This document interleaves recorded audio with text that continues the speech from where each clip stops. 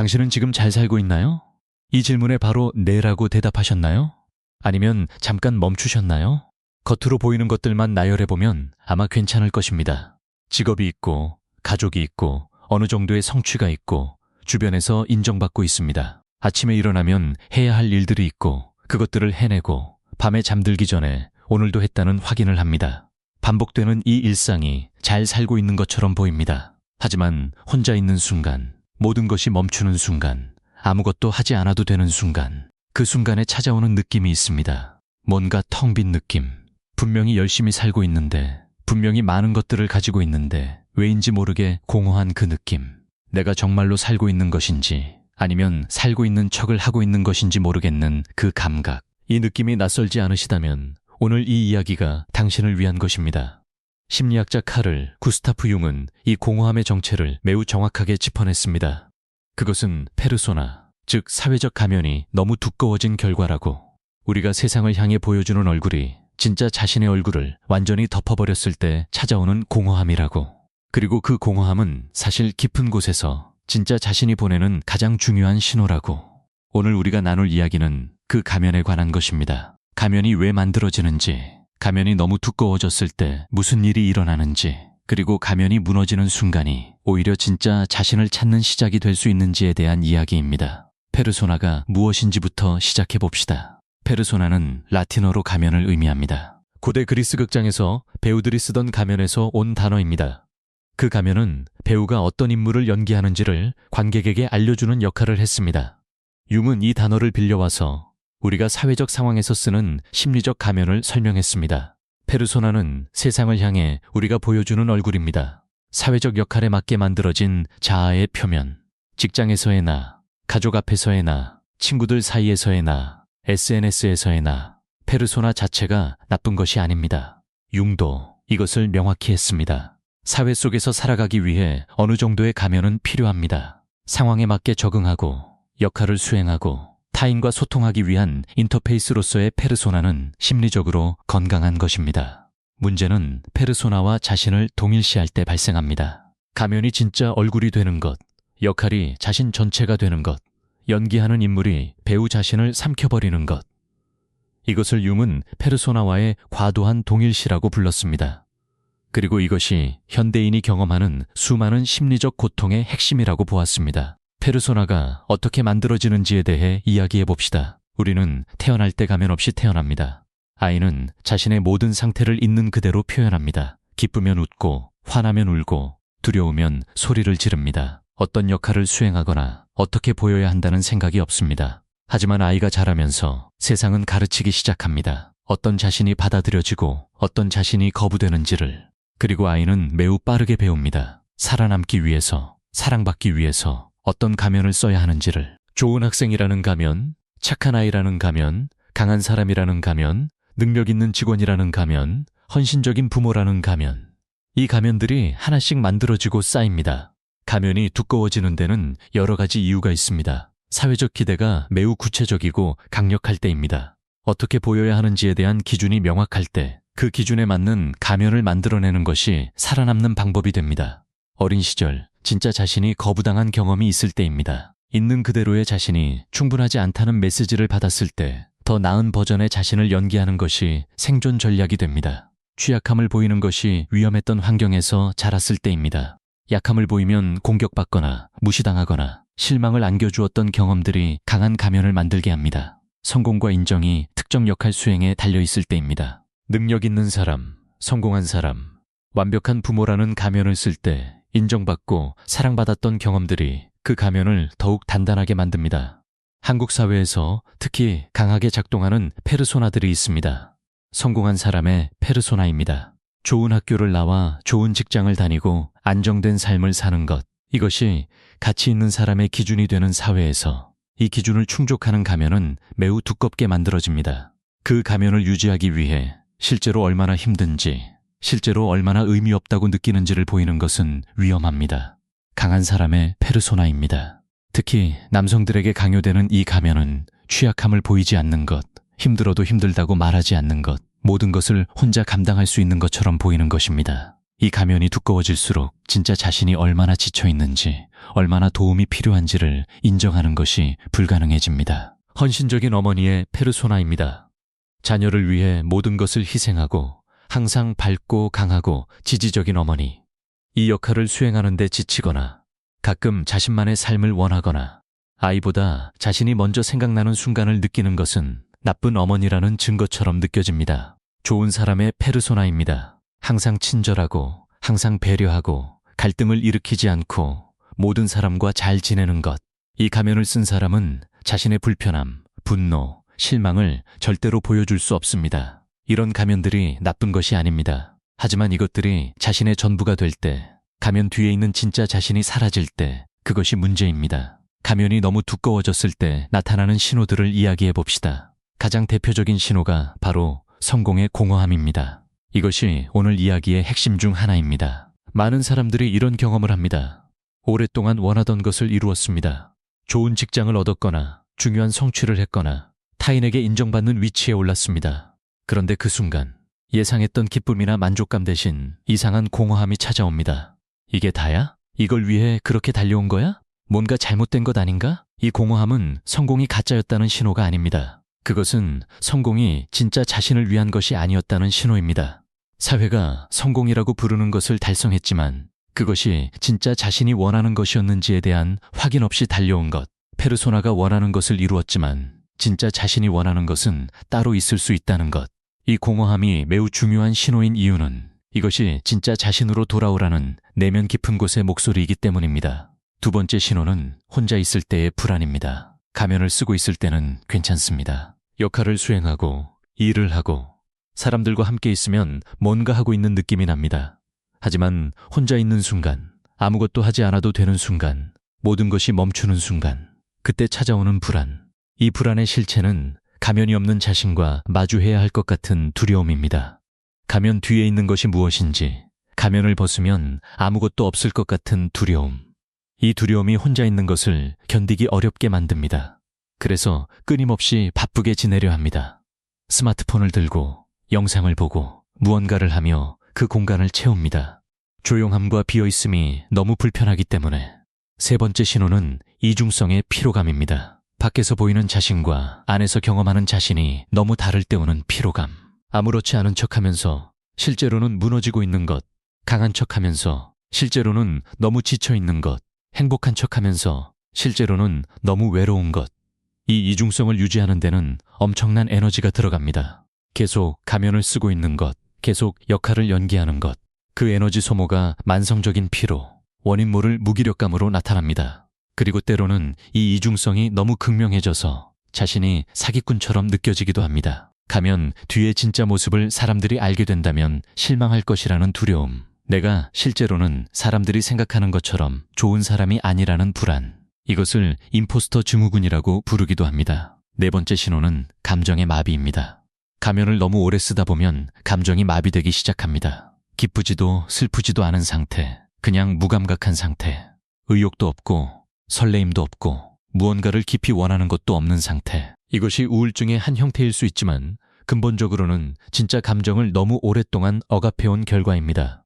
페르소나에 맞지 않는 감정들을 계속 억누르다 보면 결국 감정 전체가 둔해집니다. 허락된 감정들과 허락되지 않은 감정들을 구분하는 것이 너무 복잡해져서 그냥 모든 감정을 차단하게 되는 것입니다. 다섯 번째 신호는 관계에서의 거리감입니다. 가면을 쓴 채로 맺는 관계는 깊어지기 어렵습니다. 왜냐하면 진짜 자신이 아닌 역할로서 관계를 맺기 때문입니다.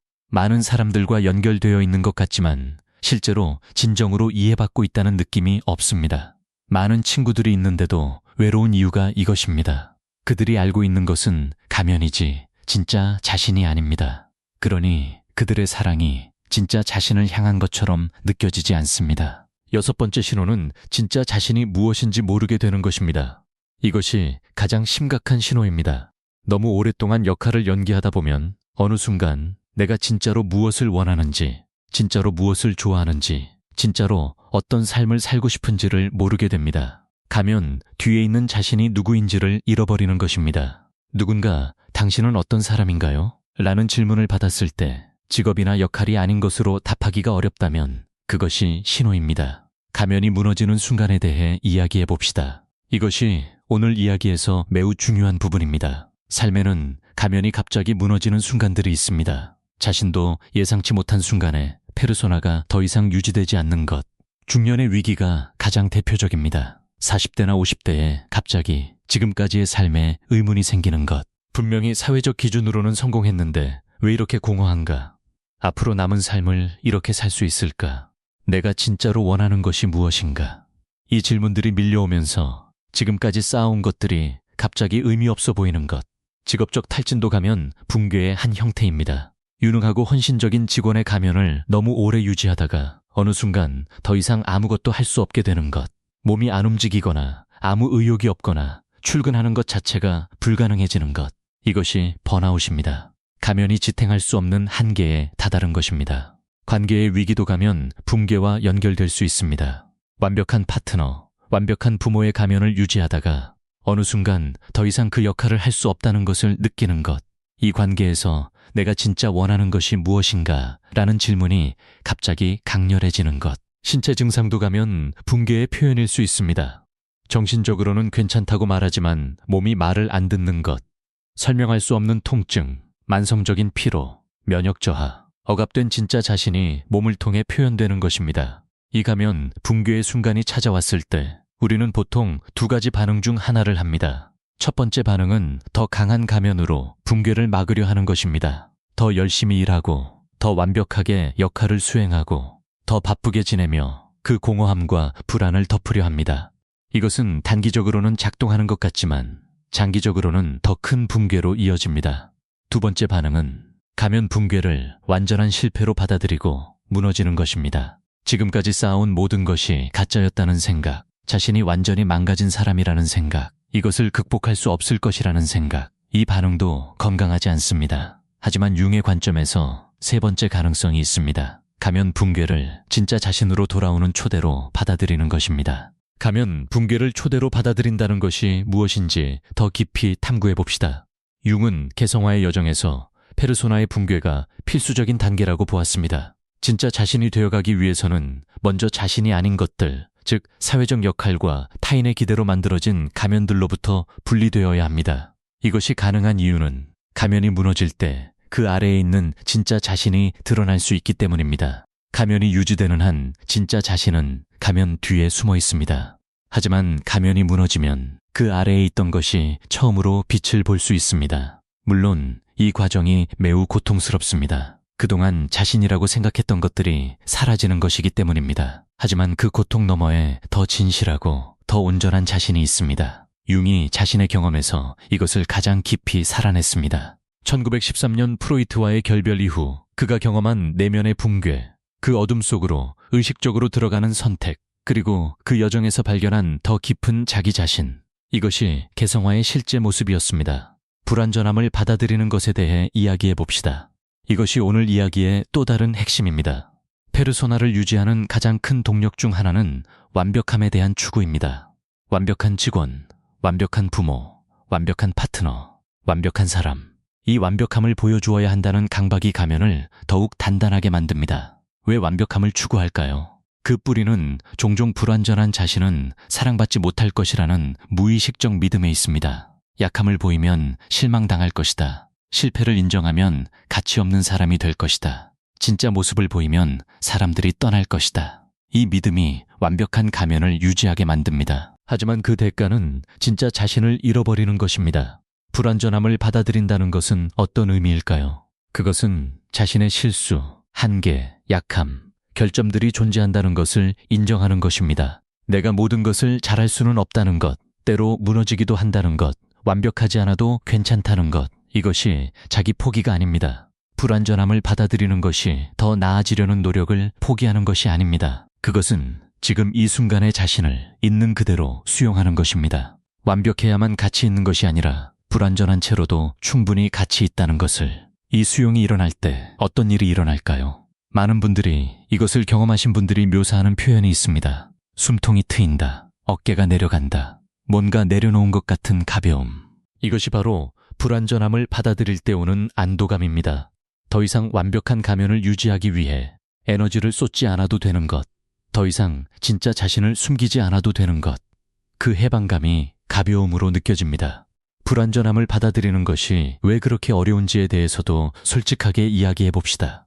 첫 번째 이유는 수치심입니다. 우리 문화에서 약함이나 실패를 보이는 것은 종종 수치스러운 것으로 여겨집니다. 그래서 불완전함을 드러내는 것이 너무 위험하게 느껴집니다. 수치심은 매우 강력한 힘을 가지고 있습니다. 그것은 우리를 움츠러들게 만들고 진짜 자신을 숨기게 만들고 완벽한 가면 뒤에 더 깊이 숨게 만듭니다. 하지만 수치심을 치유하는 방법이 있습니다. 그것은 바로 자신의 불완전함을 안전한 공간에서 드러내는 것입니다. 신뢰할 수 있는 한 사람에게 혹은 전문적인 상담사에게 자신의 약함과 실패를 말하고 그것이 거부당하지 않는 경험을 하는 것. 이 경험이 수치심의 힘을 약화시킵니다. 두 번째 이유는 완벽함이 사랑받는 방법이라는 믿음입니다.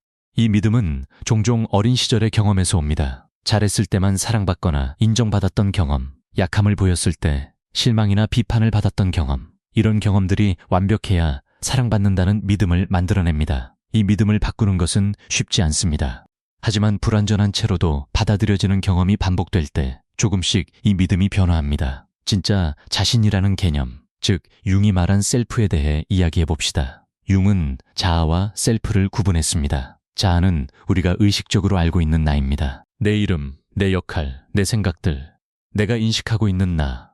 하지만 셀프는 더 큽니다. 그것은 의식과 무의식을 모두 포함한 전체 정신의 중심입니다. 자아가 빙산의 수면 위 부분이라면 셀프는 빙산 전체입니다. 페르소나는 자아의 표면입니다. 사회적 역할에 맞게 만들어진 자아의 외피. 이것이 자신의 전부라고 생각할 때 문제가 생깁니다. 왜냐하면 셀프는 훨씬 더 크고 깊고 풍요롭기 때문입니다. 그 풍요로움이 가면 뒤에 갇혀 있을 때 그 공허함이 찾아오는 것입니다. 셀프와 연결된다는 것은 어떤 것일까요?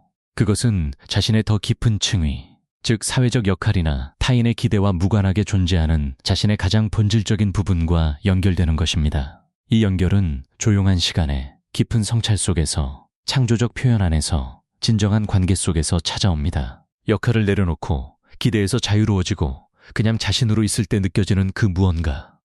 그것이 진짜 자신입니다. 진짜 자신을 찾아가는 실질적인 방법들에 대해 이야기해 봅시다. 첫 번째는 페르소나 인식하기입니다. 자신이 어떤 가면들을 쓰고 있는지를 인식하는 것이 시작입니다. 직장에서의 나, 가족 앞에서의 나, 친구들 사이에서의 나, 이 각각의 나들이 진짜 자신과 얼마나 일치하는지 혹은 얼마나 다른지를 살펴보는 것.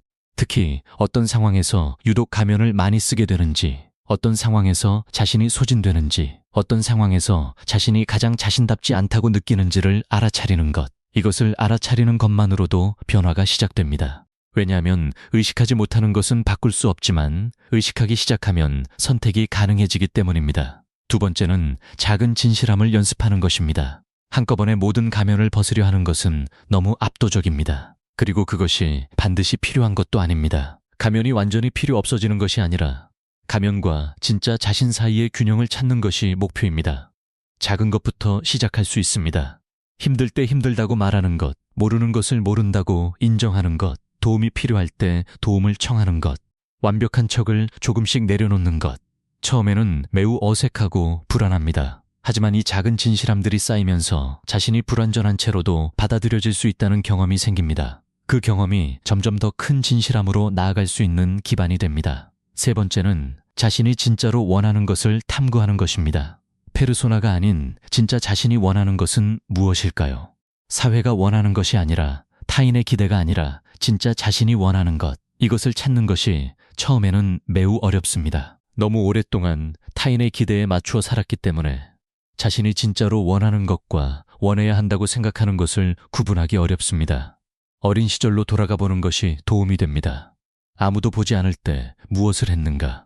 어떤 것이 시간 가는 줄 모르게 몰입하게 만들었는가?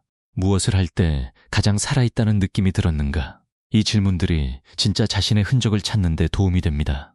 일기를 써보는 것도 매우 유용합니다. 특히 자유롭게 아무도 보지 않는다는 전제로 검열 없이 흘러나오는 것들을 쓰는 것. 그 속에서 진짜 자신의 목소리가 조금씩 들려오기 시작합니다. 네 번째는 자기 자비를 기르는 것입니다. 불완전함을 받아들이기 위해서는 자기 자비가 필요합니다. 자기 자비는 자신의 실패나 약함을 보았을 때 자기 비판 대신 따뜻한 이해를 보내는 것입니다. 친한 친구가 실패했을 때 어떻게 대할 것인지를 생각해 보세요.